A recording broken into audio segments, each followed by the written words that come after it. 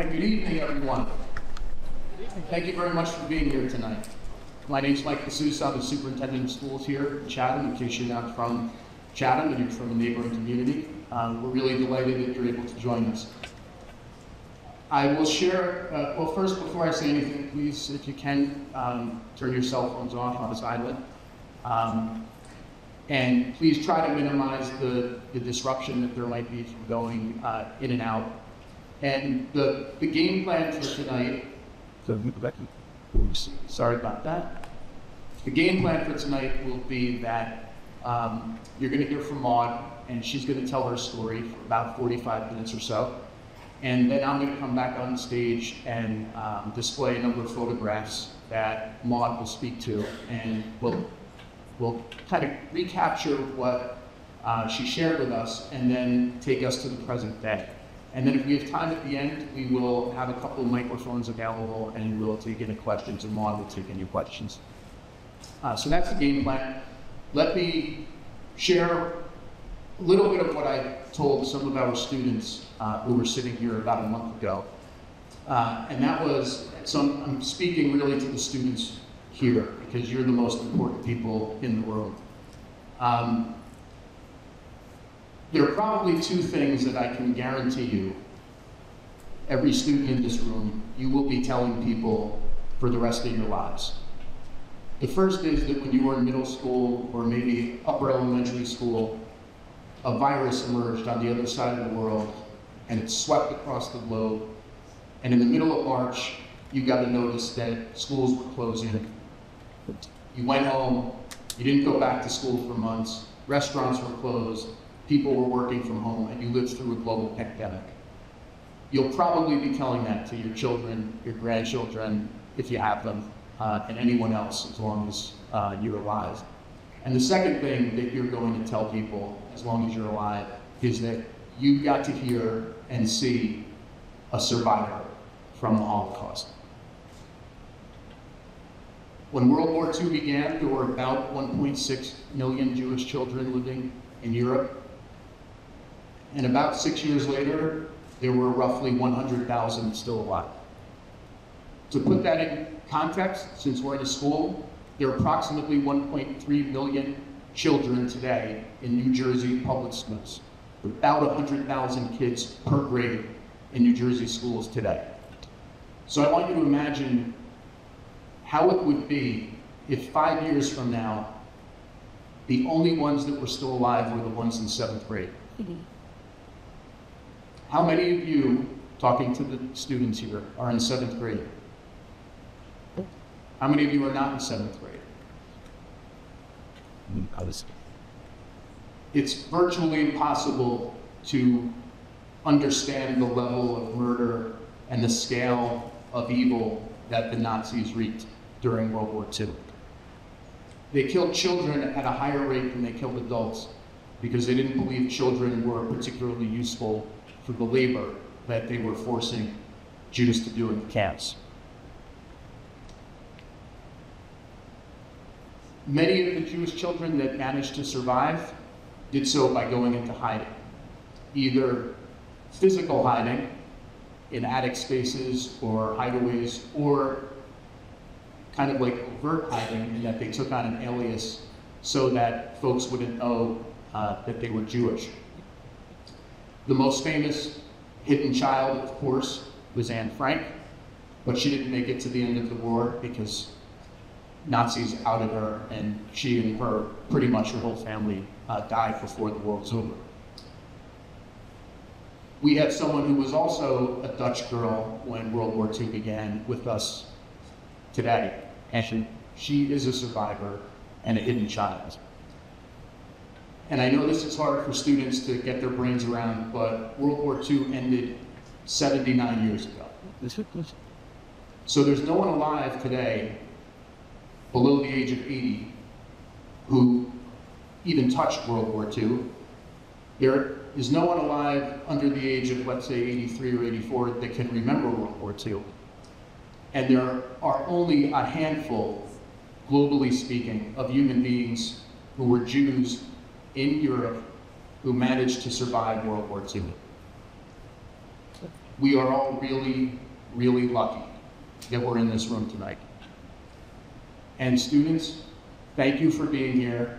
You have a responsibility to think about what you hear tonight and carry it with you.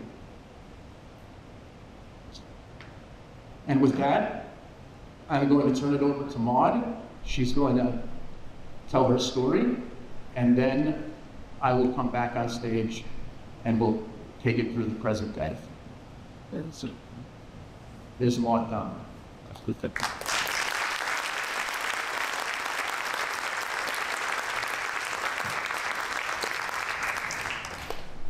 Good evening. Thank you so much for being here this evening and to hear me share my story with all of you. I was born in the Netherlands, and I was there with my parents, and I have a younger sister. And I never really talked about, I came to the United States in 1950 and never really talked about who I am, where I came from. My friends and my family, of course, knew. But I just wanted to read this, and I think it may explain something of why so many Holocaust survivors never really talked about their experiences. Facing memories, silent no more. Years of life beyond almost certain death. Who would have thought that we would live to see this day, given such overwhelming odds? For most of those years, child survivors have lived in silence. Silence served us well while we were hiding, and survival so often depended on not being noticed, being inconspicuous, on the ability to suppress tears and ignore pain. Grief was born in silence, so was rage. Silence is the language of the child survivor. We might have talked after the war, but adults persuaded us to get on with life, forget the past. Adults who themselves had survived and suffered so much inadvertently diminished the experience of the children. In the aftermath, in that silence, which involved our existence, what needed saying was not said. And I can vouch for that because my parents never talked about it and said, you know, it's over, life has to go on. We're not going to talk about it. So I didn't. And as I said, I was here in the United States, and then one evening I was watching CBS, 60 Minutes, and they had a program on a gentleman called Raoul Wallenberg, who saved many Hungarian Jews. And usually it was 60 Minutes, they had the program, and then usually the following week, at the end of the following week's program, they show you parts of what people had written in to the previous week's program. And I watched the program on Raoul Wallenberg, which is very interesting. The following week I watched to see what the comments would be from people who had watched this. This was March 29, 1981. And this is what I saw appear on the screen. And I quote, "The Jews of Europe were not exterminated in gas chambers. The gas chambers were wartime propaganda fantasies." Well, when I saw that, I couldn't believe it, and I decided then and there, I had to start and speak of what I knew and what happened. So I lived in a town called Amersfoort with my parents and, as I said, my younger sister. And we lived a very idyllic life. My mother had come, when she was much younger, had come to the Netherlands for a party or something, and she met this nice young man. And they fell in love, got married, and she moved to the Netherlands. My dad studied to be a chef because my Dutch grandfather had a restaurant at the train station, so he was running the restaurant, and my Dutch grandfather also had kiosks, not like kiosks you have here. A kiosk in the Netherlands was more like a newspaper stand. And they also sold cigars, cigarettes, and candies, and that was it. And he seemed to have had kiosks in many, many train stations throughout the Netherlands. And as I said, it was very, very peaceful. But as you know, Hitler had risen to power, and things started to happen in Germany against the Jewish population. Many German Jews left the country. Many came to the Netherlands because the Netherlands had been neutral in the First World War, and the Netherlands was going to be neutral in the Second World War. So they felt they could come to many came to the Netherlands because they could be safe. So many arrived, many had friends and relatives, but many didn't know anyone. So the Dutch government took a piece of land and built housing for all these people. So they had a roof over their heads. And it became a whole community. There's so many of the people who were there, some were teachers. So they created a little school, because there were children there too. And physicians created a hospital. And it was called Westerbork. And my parents were very concerned about my German grandparents. They were still in Frankfurt am Main, where my German grandfather was the cantor at the synagogue there. So my parents decided they too should leave and be safe and live with us. So my dad took a train, went to Frankfurt. Evidently my grandfather had been arrested by the Nazis already a couple of times, but somehow was able to get out of it. So he asked his in-laws, my German grandparents, pack a few things and let's go and come live with us in the Netherlands. So they came to live with us also in the Netherlands. But more and more things started to happen, especially to the Jewish population as Hitler was invading other countries. Well, in the Netherlands in May of 1940, in the middle of the night, people heard airplanes overhead. So what's going on? So they looked outside and saw airplanes coming very low and German soldiers parachuting down out of the planes. Hitler invaded the Netherlands.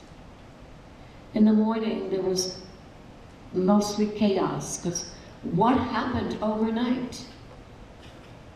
All of a sudden, tanks started moving, German tanks into the cities, and soldiers marching in. Hitler had invaded us. So for 5 days, the Dutch armed forces tried to fight this mighty German army.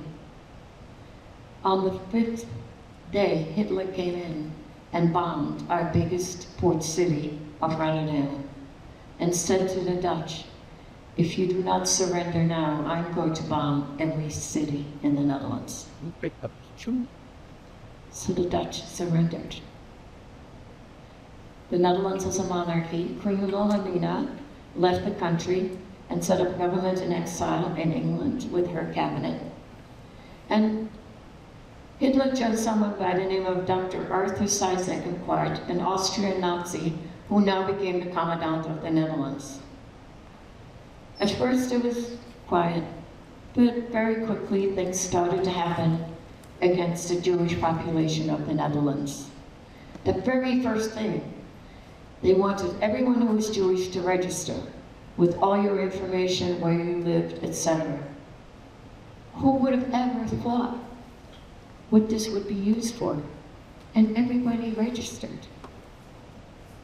But things just quickly started turning and became worse and worse. Well, Jews can't have cars, took our cars. Took everybody's radio in the Netherlands, not only the Jewish population. Because I guess they didn't want us to listen to the radio to hear the latest reports. And then more and more came out. My mother could not even go to the local grocery supermarkets, to the local grocery store. These are the days and times Jewish housewives may shop.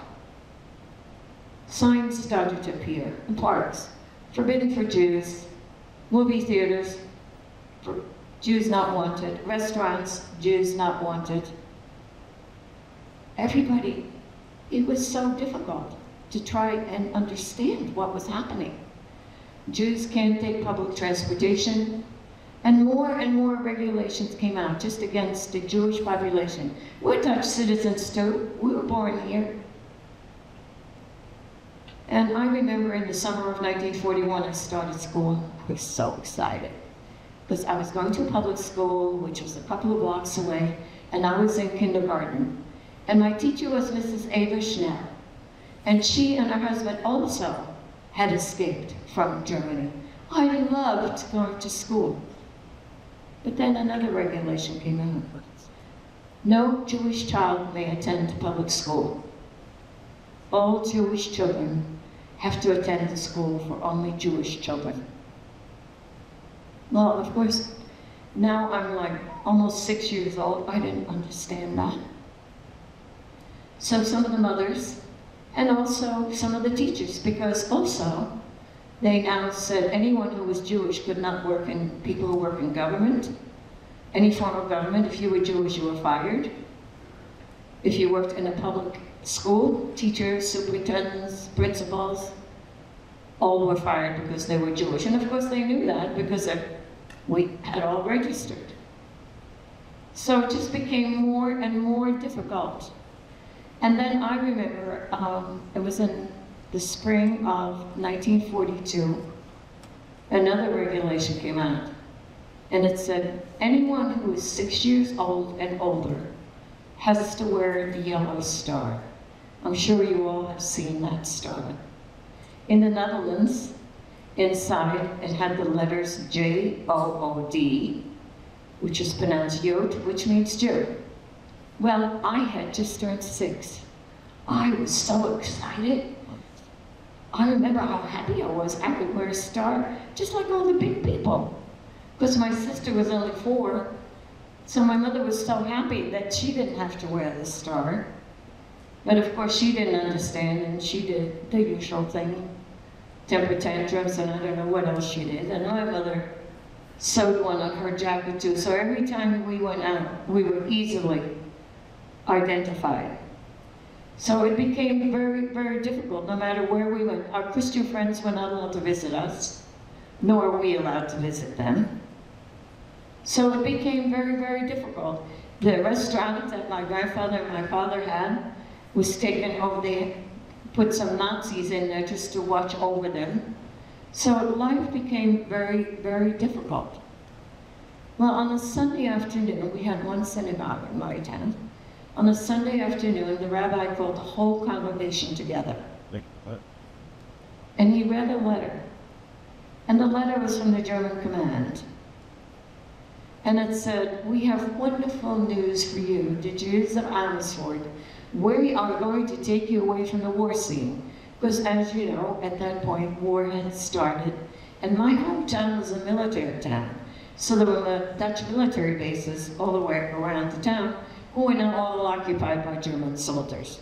And we were like in the middle of the country, where all the trains were going in every direction, so it was a target for the Allied.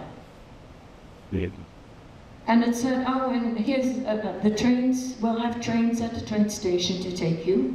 We'll notify you when you may come. And the trains will be going east. And here's a list of items you should bring with you. A blanket, a pillow, some eating utensils, some work clothes, some shoes, some boots. Just things that you might need, that you would usually pack if you're going away. And put it in one suitcase or a backpack and clearly mark it with your name. So everybody left the synagogue, and my parents too. They said, everybody's saying, well, what does that mean, east? So my parents snuck into a Christian friend's house. He lived nearby. I think he was the deputy mayor at that time. So they snuck in his house because they thought maybe he knows. My mother happened to look on his desk, and she saw that same letter that had just been read in a synagogue. She thought, oh my goodness, he's either a Dutch Nazi, and there were many Dutch, and as in many, many countries, people were collaborating with the Nazis. Or she thought, maybe he works for the underground, the resistance. So she got up enough nerve, and his name was Case. She said, Case, how come you have this letter? And he said, well, I'll tell you. I work for the resistance, or with the resistance. And we have been going all over the Netherlands, asking Christian families, if the need should arise, would you be willing to hide Jewish children? And I have an address for your children. Exactly. You thought, but Go home, think about what you want to do to send your children away. I can't tell you who they are. I cannot tell you where they live. I think the only thing that he mentioned was they lived on a farm. you should go. So my parents went home, and what do you do? I mean, I'm a mother myself. I don't know if I could just send my children away to total strangers, knowing I may never ever see my children again. But my parents' love for us said yes, they want to do it. So the next morning they informed them yes, they would be willing to do this. So that afternoon my mother sat me down. I'm now 6.5 years old. And she said, oh, I got such great news. You know what? You and your sister are going on a vacation for 2 weeks on a farm. And we lived in the city. Well, that was so exciting. And she said, and while you're on your vacation, Dad and I are going on our vacation, and then in about 2 weeks, we'll come by the farm and pick you up again. So I thought that was so exciting. My sister, of course, didn't understand any of this. So that evening or late afternoon, my father took us to a house in the neighborhood. I do not remember what I was told while we were going to that house. I remember that my sister and I were on our bicycles. My dad had the 2 little suitcases, and we went to this house in the neighborhood. And I remember when we got to the garden gate, my dad gave me the little suitcases, and he said to me, have a wonderful time, and we'll see you in 2 weeks. And I remember we walked into this house, and my dad went back home with the bicycles, and it was a really nice family. We had children also, and we had dinner with them, and they put us to bed there. And it must have been like 2 o'clock in the morning. They said, hurry up, wake up, get dressed. So, being good little girls, we did as we were told.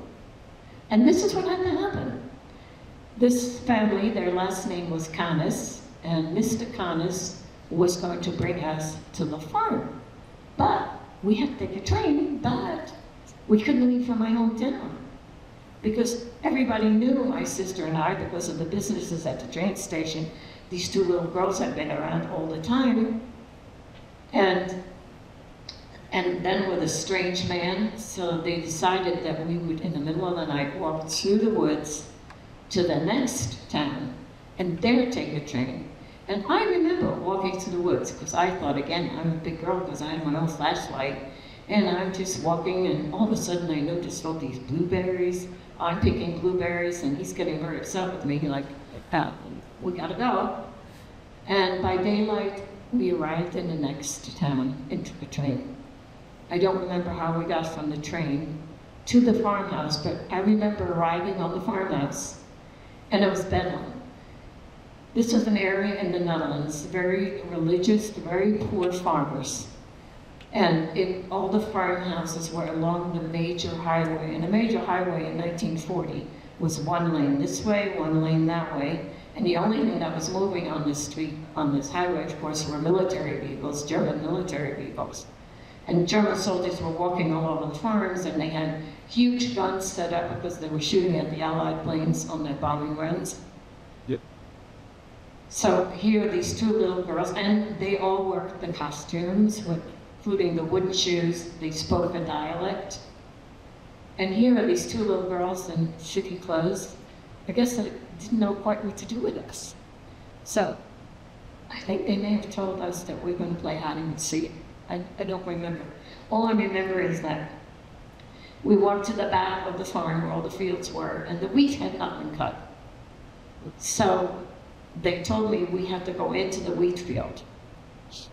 And of course it was way over my head. And they said, just don't walk in like that because you're going to leave a trail. And I remember they told me to kind of zigzag in. And I don't remember what they said, that we had to stay there till they called us out. I did. I took my sister. I remember going into the wheat field. Oh, and they said before we walked in, here's an umbrella. It looks like it's going to rain. It rains a lot in Illinois. So I took the umbrella, took my sister by the hand, and we worked our way into this field. We were not there that long when my sister started crying. She wanted her mommy. And then it started to rain. So I opened the umbrella, but I had to put it quite high over the wheat field, over the wheat. And of course, now you could see an umbrella for about 20 miles and a child crying in the middle of the field. I guess they decided this was not a good hiding place. So they took us out and put us in the house. So that evening, a couple of relatives came over, I guess, and I remember I was telling them, oh, you know, I'm really a big girl because I'm going to school and I know how to write my name and I wear a star. But I'm not wearing my star. And I don't remember anything else, any other conversation that evening, but they left. And then this couple, who were willing, because anyone who was hiding Jews risked their lives, because if you were found there, they would just take the people who were hiding you also. So they sat me down, and this was a couple in their 60s, never had children. So they sat me down and they said, we are going to tell you something that you must remember. They said, you are supposed to be our nieces who have been bombed out of the city. And there were so many people homeless. Everybody was taking people in because their homes were bombed. So you're supposed to be our nieces. So you have to call us aunt and uncle. And in Dutch, uncle is oom, aunt is tante. But my sister never could say tante and called her tummy. And you can't go to school here because we're afraid if you may say something to a classmate and you may say something about who you are or something, and that child may go home and tell their parents whatever I had said, and they may be collaborating with the Nazis. So you cannot go to school. And since you're our nieces, you have to have our last name. And their name was Sprong. And then they said, your first name, my first name is Maud, but in Dutch it's pronounced Mout. So your first name is going to be Margie, or Margie Sprong. And your sister Rita will be Rika Sprong. You cannot go outside until you remember this. And even once you're able to go outside, just remember who you now are. So that was very difficult. So for a while, we had to stay in the house till I remembered this. But I'm only 6.5 years old. And after a while, I don't know how long it took, I remembered, and we were allowed to go outside with them and work the fields, because that's what they had to do all day. So it was very difficult not understanding at that age of really what was happening. And I remember one day, and we were allowed, and they lived very primitive. I mean, we had no running water, we had an outhouse, and there was a water pump, and I remember every Saturday night, because Sunday was church, and everybody went to church. They had a big wooden tub, and they heated water, and everybody went into the stove one after the other to be washed. And we were allowed to go with them to church every Sunday. And then one day we had gone to visit, after church, we went to visit Aunt's widowed sister who lived on another farm. And I was so surprised when we walked into that farmhouse, because who was hiding there? But Mrs. Schnell, my kindergarten teacher from my hometown, and her husband. So every Sunday after church, we would go there, and she was going to teach us how to read and write. And then I never saw her again. And it wasn't until many years after the war I found out what happened. Someone revealed their hiding place. And a truck came on Aunt's sister's property, German soldiers. They searched the house, didn't find anyone.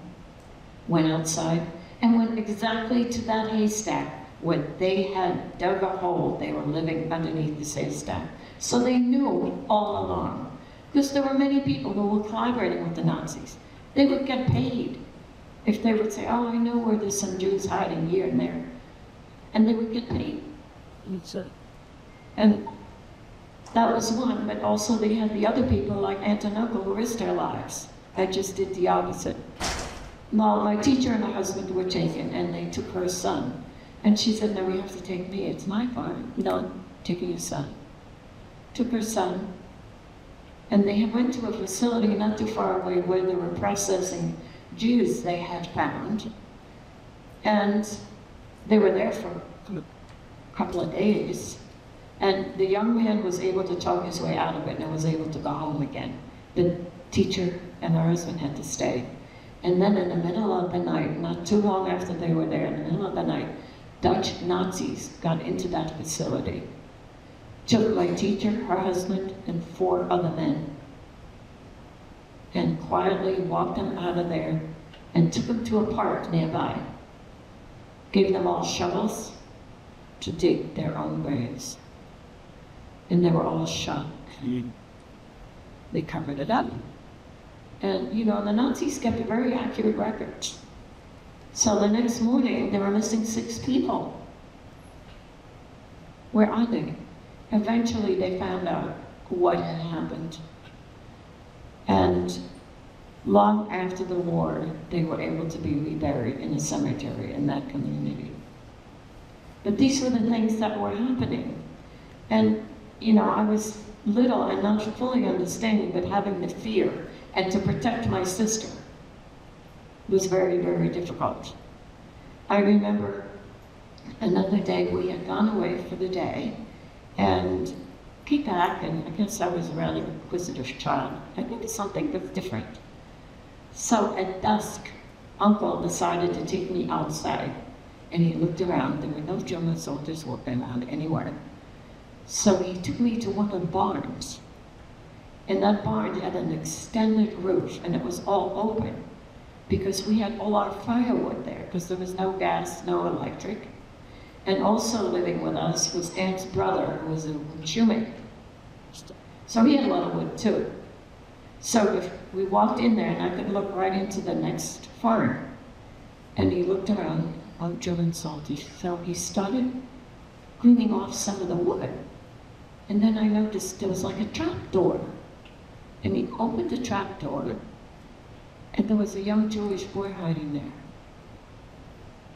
Never seen that before. Well, he was a young man who lived in Amsterdam, and he had had the opportunity, he's now 17, when he was much, much younger, he had the opportunity as a city boy to go to the country for 2 weeks in the summer. And he had been on the farm where we now were. And he always kept in contact with Aunt and Uncle. So he lived in Amsterdam. His father had already been taken away, and his older brother. So he was in the apartment with just his mother and his little brothers. And in the middle of the night, they heard a truck outside. So they looked out the apartment window and saw a truck with German soldiers jumping out, going into their apartment house. So he said to his mother, they're coming to get us. So he said, but we can go into the apartment next door, it's empty.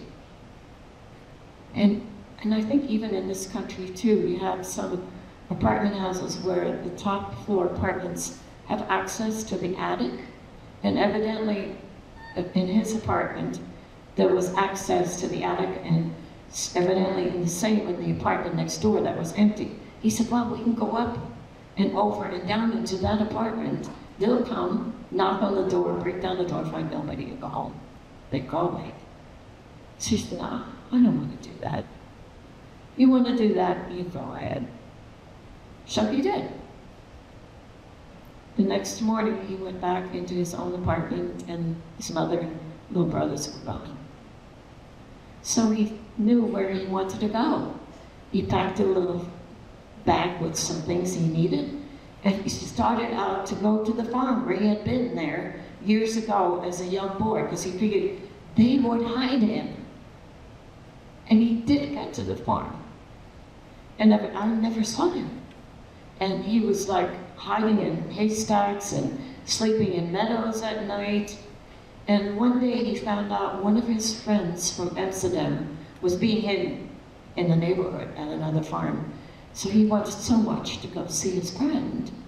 So he took a bicycle, and the bicycle he took belonged to Aunt's brother, the wooden shoemaker, who had great difficulty in speaking and especially hearing.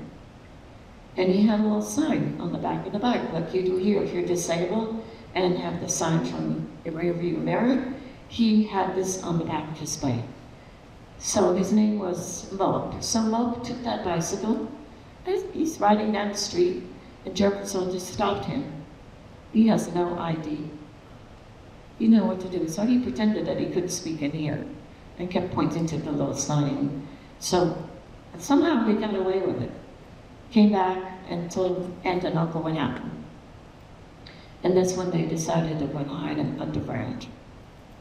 So now I met this young man, and we left the barn again. Uncle put down the trapdoor, covered it with wood, and we looked around, still no German soldiers, went back in the house. So then they told me, we want you to bring him something to eat once a day. But be very, very careful that nobody sees you. And everything was fine. And one day, I had brought him something to eat, and I'd made like a few steps down. Excuse me. He had like straw mattresses and some candles. And I was coming back up the couple of steps, and I looked, and there were half a dozen German soldiers standing there, just looking at me. I didn't know what to do. And I think at the time about 7.5 years old. I knew I was going to be killed right then and there. And they just stood there, staring at me. So I pretended they weren't there. So I put the pot down, put the trapdoor down, busied myself covering it again with wood, and they just stood there and watched. And then I had to pick up the pot and turn my back to walk out. And I prayed because I knew they were going to shoot me. But nothing happened. They turned around and walked away. And of course, by the time I got in the farmhouse, I was hysterical. I told them what had happened. And they said, well, we have to move that young man immediately. Because these soldiers didn't do anything, but they're going to tell the superior officer, and they're going to come back. I went to bed every night and prayed because I knew if the soldiers came back to get all of us, it would have been my fault. The young man was moved immediately. And no one came back, but it wasn't until long after the war when I became much older, I realized what happened here. I realized these were German soldiers, fathers, who had been drafted into the army. They weren't the Nazis. They just closed their eyes to what they had seen and never told anyone. So there were things like that for a little girl to try to have to deal with, which was, it was very hard. I remember one day my sister decided she was going to go, she went and walked up to a bunch of soldiers they were shooting. She said, oh, can I shoot? But they were very nice, and they said, no, little girl, you know, gotta be bigger. But it was just very difficult. And I remember so much of those times, and the people who were caring for us were wonderful. And one evening we had been somewhere visiting relatives, because everything was on bicycles, but you even had to be very careful on bicycles, because the Germans' little planes used to come down and just shoot people off their bikes on the road. But it was just very, very difficult. And we had been out that evening, came back, and Uncle was taking off his jacket, and he went like this, and he fell down on the ground, had a heart attack, and died. Well, now, I couldn't. And the resistance said right away, I'm sorry, but we'll have to find another address for the girls. Because Aunt could not run the farm by herself, and they were worried about, you know, us. And she said, no. I'm keeping the girls. If their parents return, I'll return them to their parents. If not, I'm going to raise them as my own. So we stayed with her. And I remember there was one evening, because there was very little food to begin with, but fortunately on the farm. And I remember sometimes people used to come from the cities because there was no food. And they would come on their bikes, and they were called trekkers. And sometimes in the morning at the farmhouse, I went outside and people had frozen to death. We didn't even know people had arrived during the night looking and begging for food. So it was very, very hard times. But one evening the whole village got together and they slaughtered a pig. Quietly. About as quiet as they could be. So everybody could have a little piece of meat.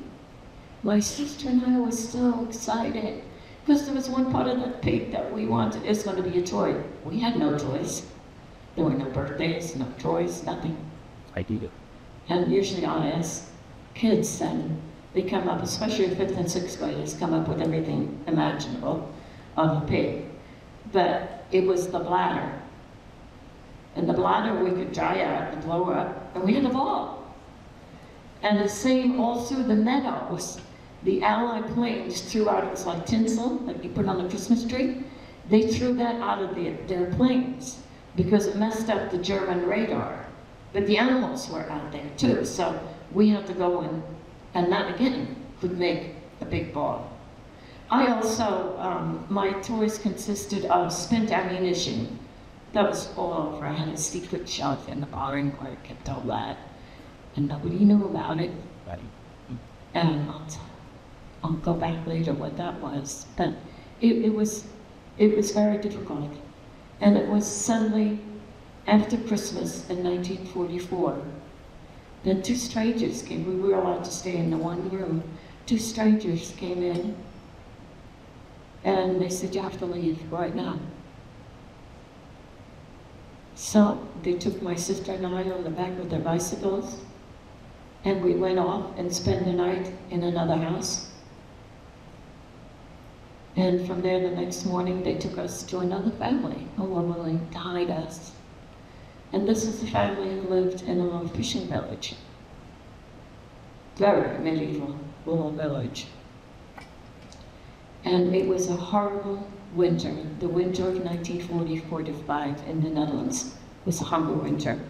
There was nothing to eat for anybody. But fortunately, in the fishing village, most of the men were fishermen. And they went out and fished every day. Yes.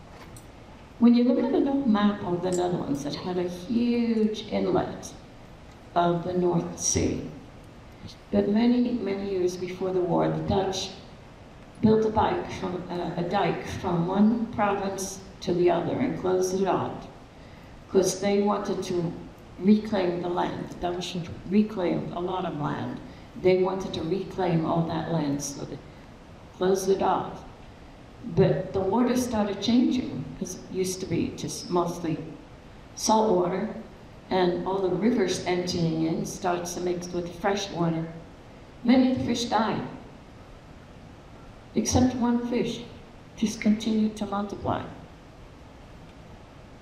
And then when I asked kids, what do you think that fish was? Well, it's like every fish that would probably not survive in there either, but it was eel.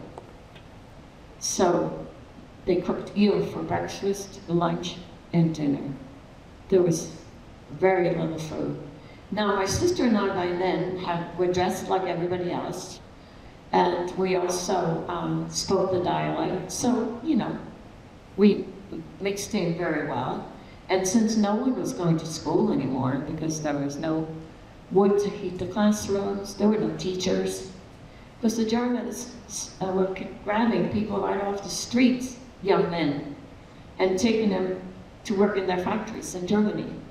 So we were allowed to be outside and mingle with and play with the other kids. So we used to try and find big bugs. We'd pull off the legs and put a little stick through it and then make a little fire and cook them over the fire and eat them. Because we were so hungry. Occasionally we had maybe a little piece of bread or something. but it was very, very difficult. And I didn't realize it until after the war, because this family also had a daughter, Yo, and she was about 18 or 19 at the time. So she spent a lot of time with us. And it was long after the war. I was with a group and they said, I usually bring him to the village, and she was still alive. And they said, what was your name when you were here? And I didn't remember.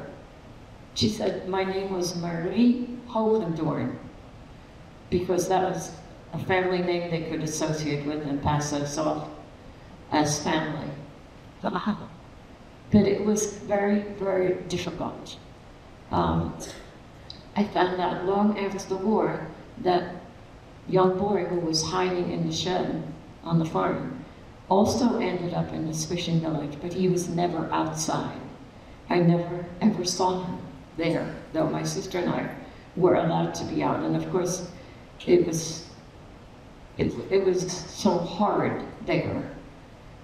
And then, as you know, in June of 1944, there was the landing of the Allied forces in Normandy, France.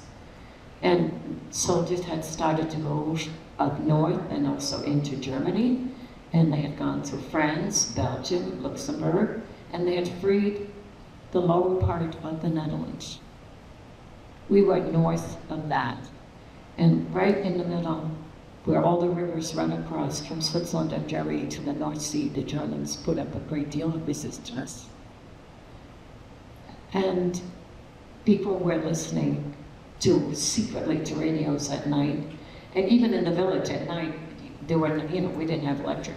No candles, no light, you had to close everything because of the bombing overhead, planes coming overhead, because they were not as accurate as they are now in dropping bombs.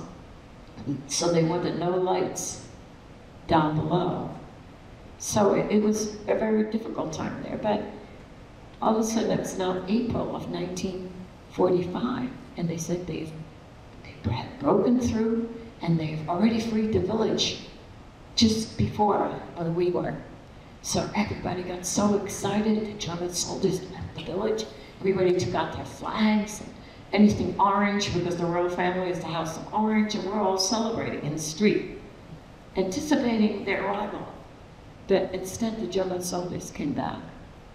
And there was so much shooting, and it was terrible. Everybody ran for their lives. And then they left again. And people just went out and retrieved their dead and wounded. And everybody stayed in their house. And while we were staying, it was on the second floor, I could look out the window and see where they told me the tanks were going to come in. And it was like cobblestone street. And all of a sudden I saw a truck come in with men in blue coveralls, an open truck.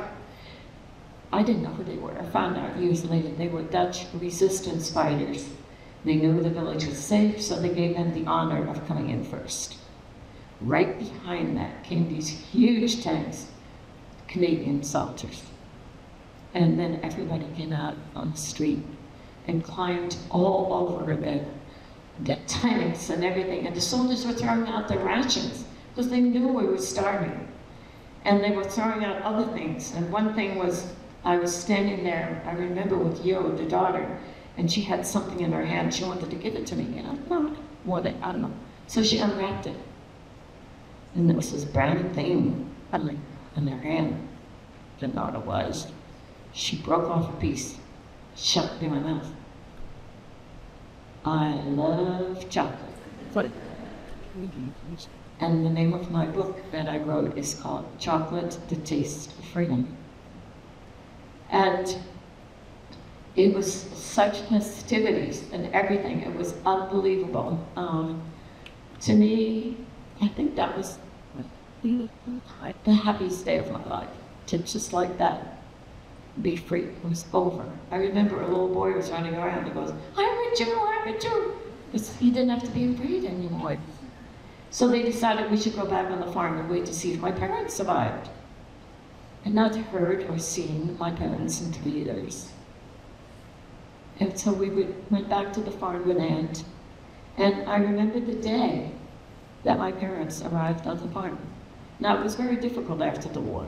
The German soldiers, as they retreated, blew up all the bridges. There's a lot of waterways in the Netherlands. And nothing was moving but trucks with food for the population. So evidently my parents hitchhiked. And as we were told where we were, that all I remember is we were in the room with the water pump and had a door to the outside, a door to the inside.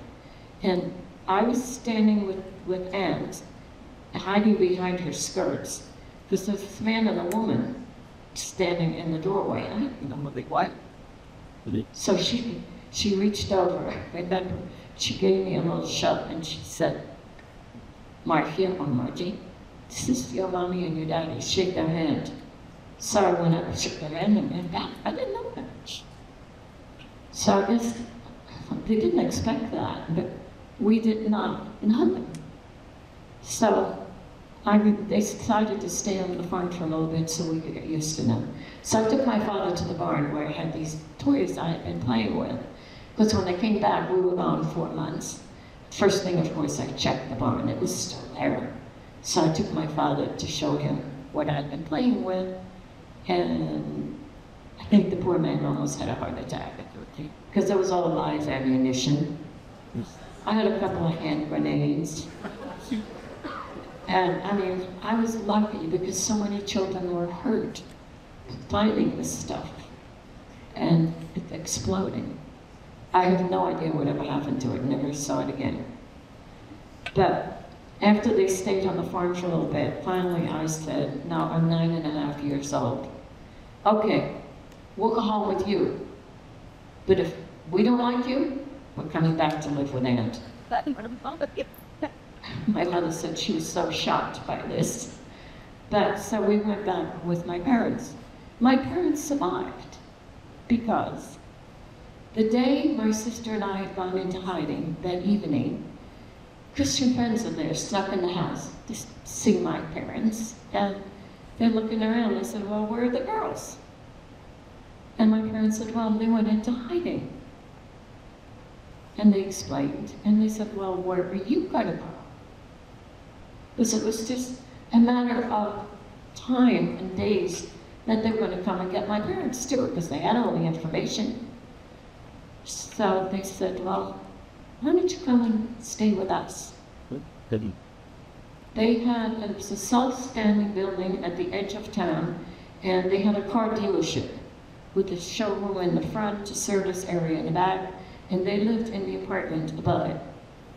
He said, there's one problem. There are 2 German officers living in one of our bedrooms. And my parents said, no, we'll come.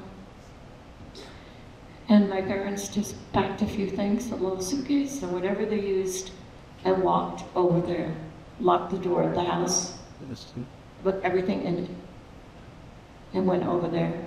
And my parents lived in their attic for 3 years. My dad could never go outside. Number one, it was his hometown, he'd be recognized. Second of all, he was at an age where they're grabbing men off the street to work in factories. So my mother dressed as a nurse and went out to try to get food for them. And she, German being her native tongue, she would listen to what was being said. And if she would overhear something, she would stop by at a place that she knew where she could, from the resistance, and tell them what she had heard. But my parents survived. And we were so lucky that the 4 of us survived, only because people cared enough to hide us and risk their lives at doing so. So, I'm not done yet. So, I'm gonna move. want to go to the next child's list and listen to this. That was mine too. Sit. That was good too. I'm definitely afraid of falling in this thing. I think I put like tickle. Go. Nice. Good.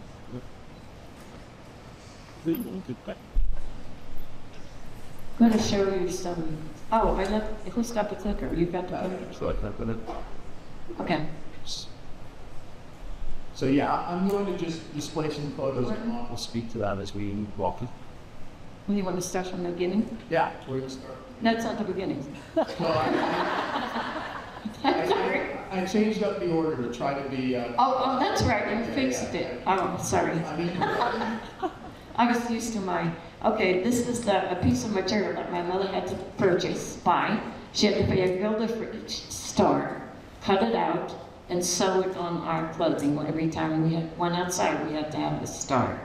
And living in a town where everybody knew you, you better. There was trouble if you didn't wear it. Okay. you're right, Ma, this is temperamental. You told me this yesterday when you were trying to use the cliff. Here we go. This is a picture of my immediate family.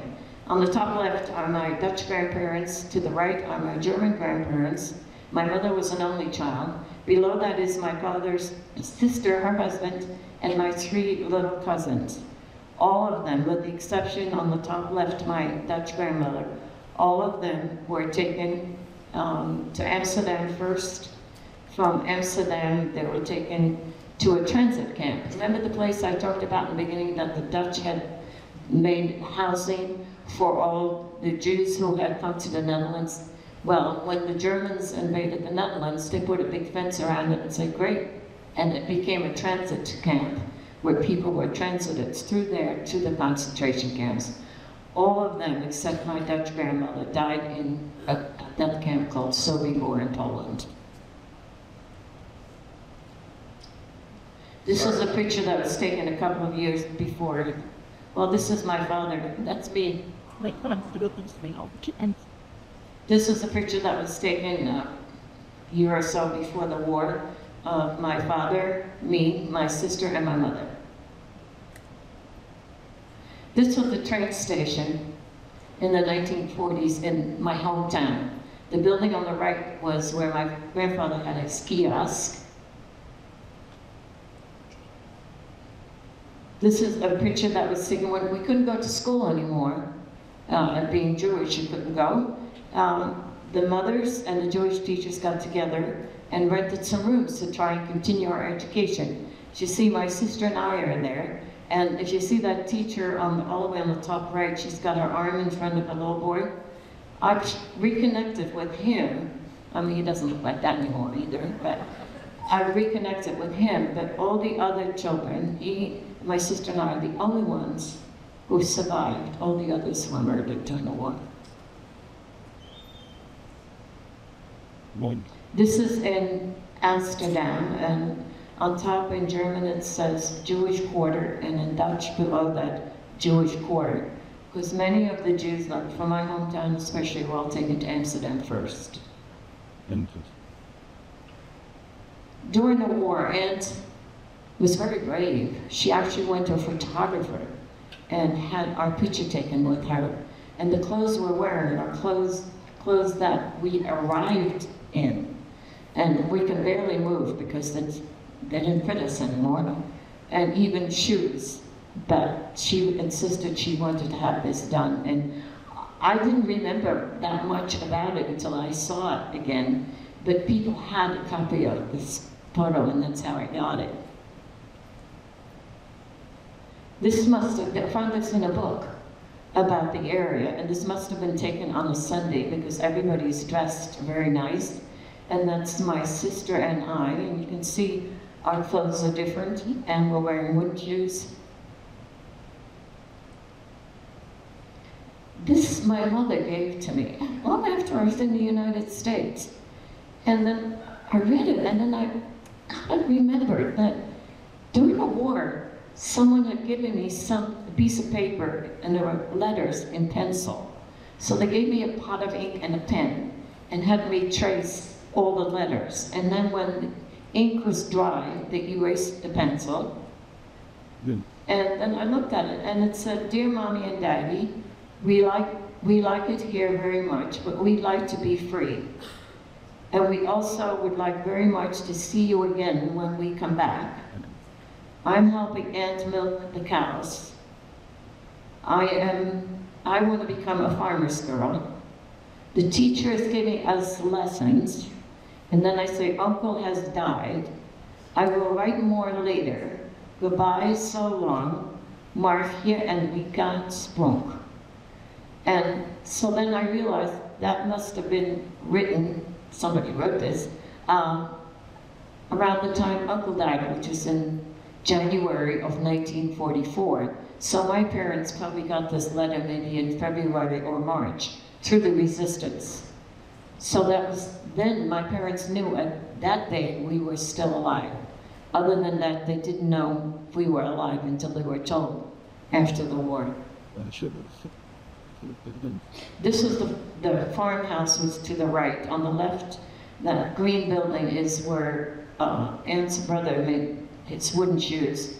And the other roof that kind of looks like it's on top of it at the end there, that's the barn where the young Jewish boy was hiding. This is the picture of Uncle on the left, and the picture on the right was Aunt's brother, the wooden shoemaker. That was a hearing aid in the 1950s. And I kind of had to laugh because I had a bunch of fifth graders and I showed that picture. He goes, see mine? It's very small, it's not like that. But they were so impressed with this, but this was a hearing aid at that time. Yeah.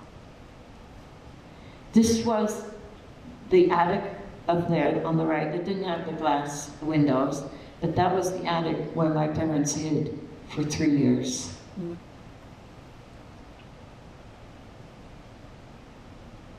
This was my aunt, my father's sister. This was the fishing village, the house on the left, and I'm pointing. And to the right, that's from that window, I could see that where the tanks came into the village that day. These, you can see how big these tanks were, and that was the chocolate. That was Canadian chocolate that was thrown out of the tanks. There was an artist in Cologne, Germany, who developed these little stumbling blocks, they're called. And originally they were copper, but in my town, a gentleman took it upon himself to find out where all the Jews who had perished, where they lived. And these little stumbling blocks, and it's all over Europe, are placed in front of apartment houses or homes where Jews lived who perished. There is no other. This is dedicated to them. As you're walking, you come across it, because there's nowhere else where they're on it. There's no cemeteries, stones, or anything. And these were put there. I had them put there for all of my family members in my hometown. The one on the left was for my Dutch grandmother, and it said that she died in Amsterdam. And she actually, because my grandfather was summoned to come to the train station. He asked if he could get an ambulance because my Dutch grandmother was in the hospital. And they said, yeah, he could get an ambulance to bring her and him to Amsterdam, which he did. And she died there. But he was taken to Sobibor and perished.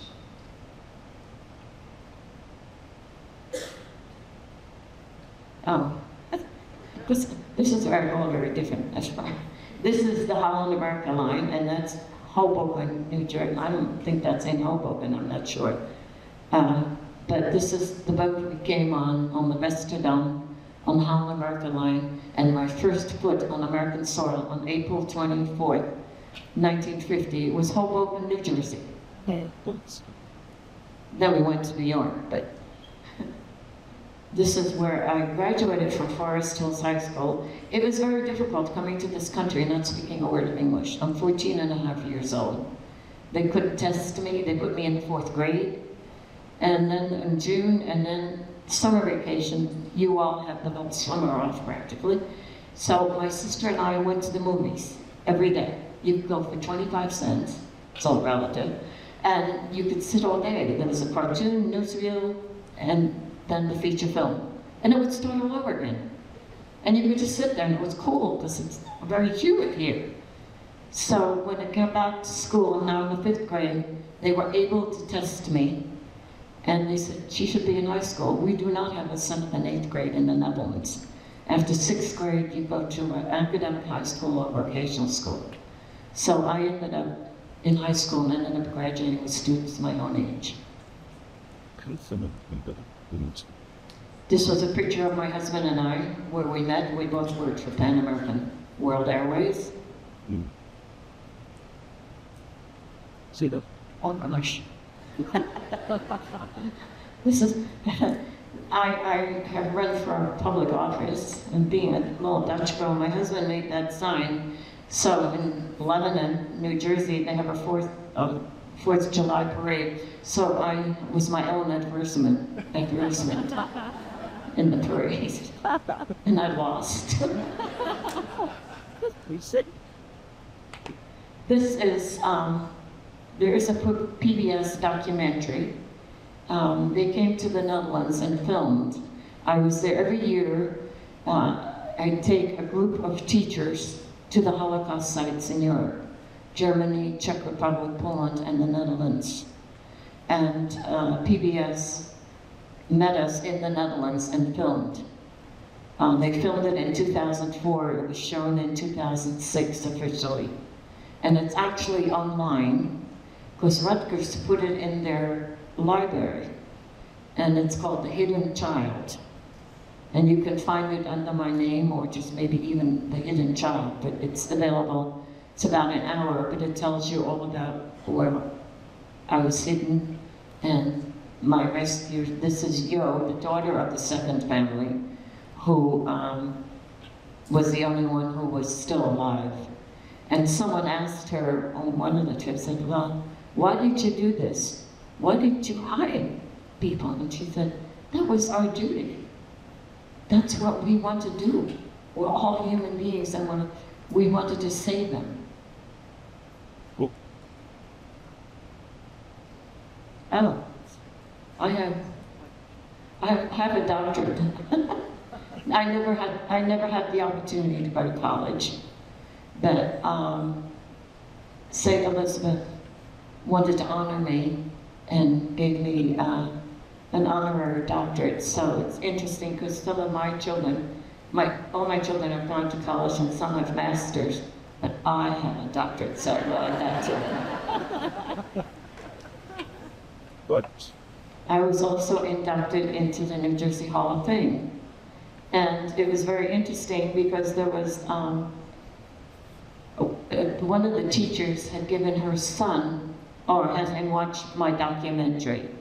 So he watched it, and then he found out that for the New Jersey Hall of Fame, they have an essay contest for students to write an essay of who they think should be inducted. And they even win a prize. And this little boy won first prize, and they immediately decided they were going to put me in the Hall of Fame. And it was very interesting because that day there were so many important people on, and everybody comes on the stage and with their papers and starts reading a speech. Well, I get up there, and they handed me this huge award. So I said, excuse me, so I put it down, and I just said, you know, I said, many people wonder, how do you get nominated for something like that? I said, but I know.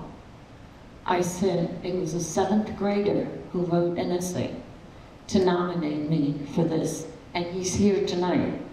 I think he was so embarrassed. I made him stand up and was applauded. He's since out of college already now, but it was so wonderful for him to do that.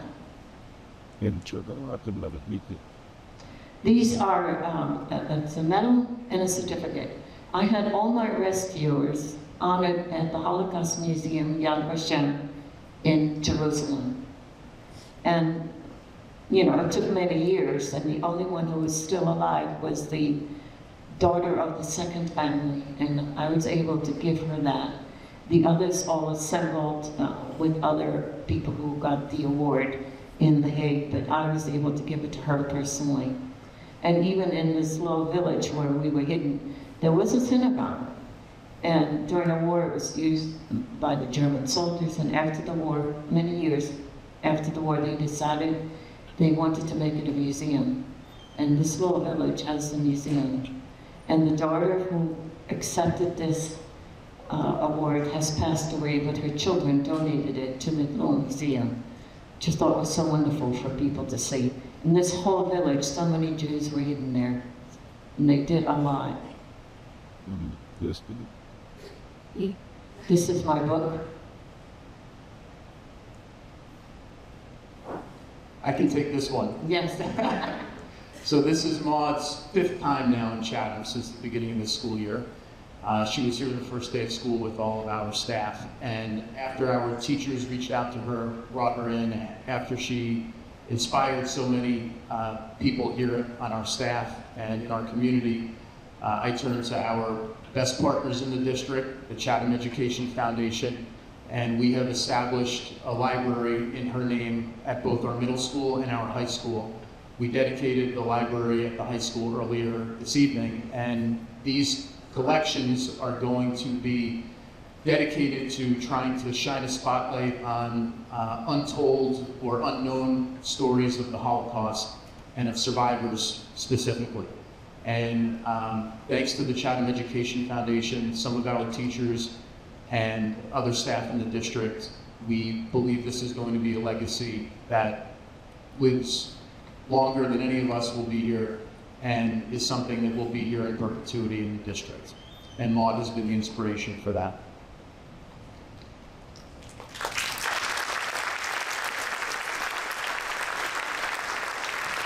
All right, so Nick, just wait 1 second. Can you? Thank you. So this one just requires a little bit of explanation. Maud, can you just explain? We glossed over the fact that your family was destitute after the war, that you came to the United States and didn't really have anything, no means. Can you just describe a little bit how you got married? Because it's a very unusual story, and we have some footage of your actual wedding that we're going to play for everyone. Well, my husband and I had no money. We were making like very little money working for Pan Am. And we didn't have money for a wedding, and a friend of my parents was a Dutch journalist based here. He said, there's a program on television, it's called Bride and Groom. And every afternoon they marry a couple. So he arranged for us to go to NBC and have an interview. And they thought we were an interesting couple. And we agreed, and it was very interesting. I think there was, Queen for a Day was the only other reality show. This was called Bride and Groom. Every afternoon there was a wedding, and he and I were on this. They gave me my wedding gown, this tuxedo, and so that's how that came about. That was in July of 1957. Who's in that? All right, Nick. Oh.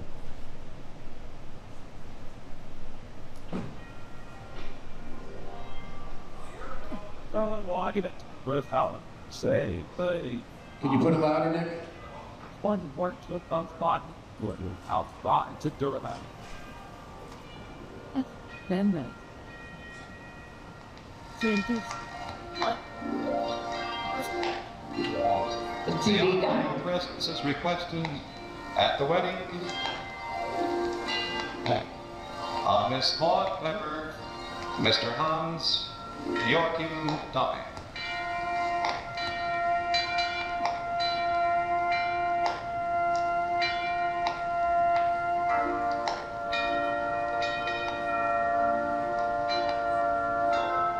This is in the studio.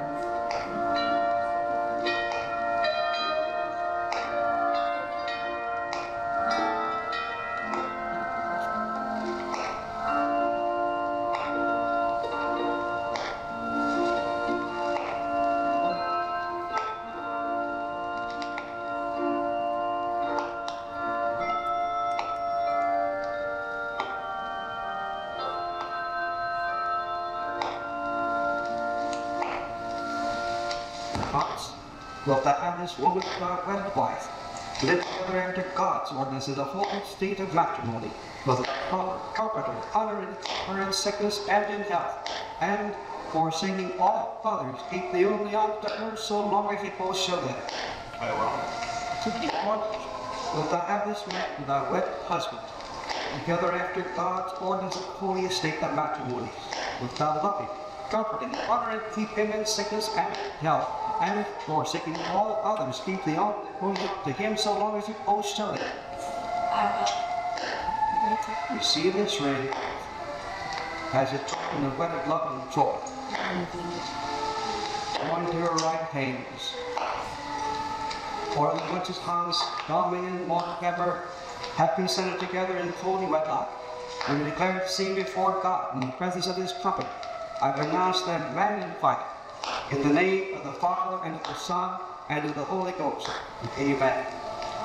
What God has joined together, let not man put asunder.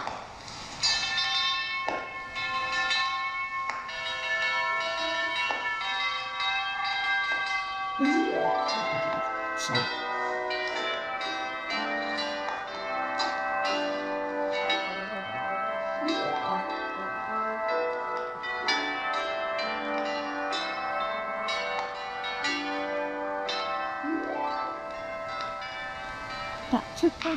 He finds sex with me. the share. Did they help? What? Yeah. That was a nice set of car they gave us.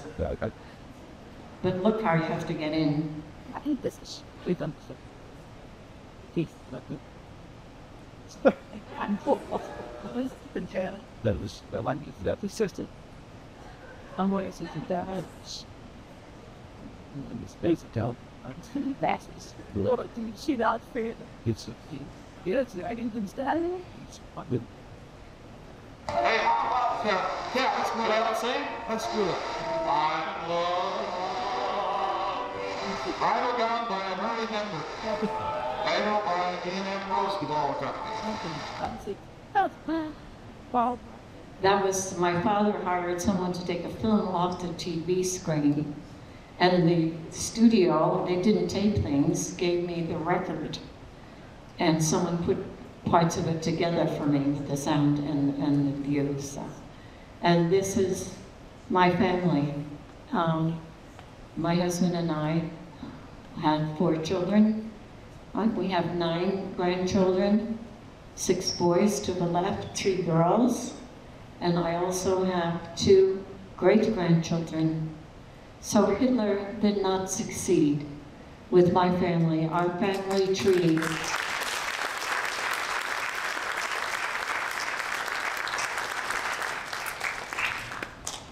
trying to get back to that too. My family tree was, many branches were broken off, but it's all growing up again with new branches and new flowers, which I'm so ever so grateful for, and also so grateful for those people. I wouldn't be here today if people didn't care enough to hide us and nurture us and take care of us for 3 years. So it was such a blessing that they did that, and look at what we've created, this lovely, lovely family. I wanted to read something and I was, no, I can't, here it is. But it's been a wonderful experience, and I'm so glad that I've been able to share my story with so many people. When I first started to speak, people knew about the concentration camps, but nobody had any idea of what happened to people who were hidden. And that prompted NJN in New Jersey to also do the film, The Hidden Child. I just want to read this. You've all heard the song Imagine? And and John Lennon sang it, but I think the words, when you realize you just speak the words, it's very different than when you hear the song. Imagine there's no heaven, it's easy if you try. No hell below us, above us only sky. Imagine all the people living for today. Imagine there's no countries. It isn't hard to do. Nothing to kill or die for, and no religion too. Imagine all the people living a life at peace.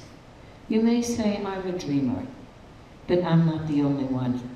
I hope someday you'll join us and the world will be one. Imagine no possessions. I wonder if you can. No need for greed or hunger or brotherhood of man. Imagine all the people sharing all the world. You may say I'm a dreamer, but I'm not the only one. I hope someday you'll join us and the world will be as one.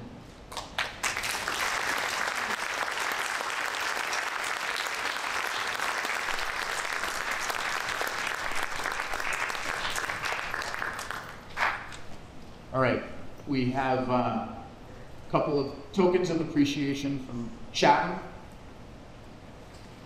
One are these lovely flowers that Mont Springs brought, and the other is courtesy of the Chatham Education Foundation again. And of course, again, a lot of gourmet chocolate here. Can I have one more thundering round of applause?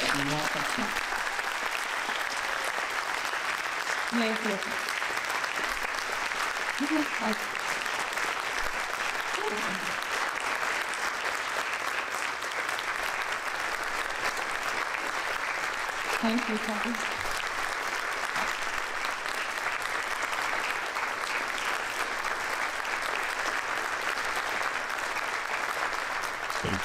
Thank you. I think I've been, how many times have I been here? I think I'm ready to move to Chatham. Well, we're happy to have you. So it's coming up on 8:30, so it's a little bit long in the evening. I know, having seen Maud now a few times, that she's always willing to entertain anyone who comes forward and asks a particular question or shares something of their own background, as I know many of our staff have done, about their own family members who perished during World War II. So thank you, Maud, from the bottom of our hearts. Thank you all very much for being here and making it such a special evening. And Maud will stick around, of course, if anyone wants to come up and say thank you or anything else. Thank you again. Thank you.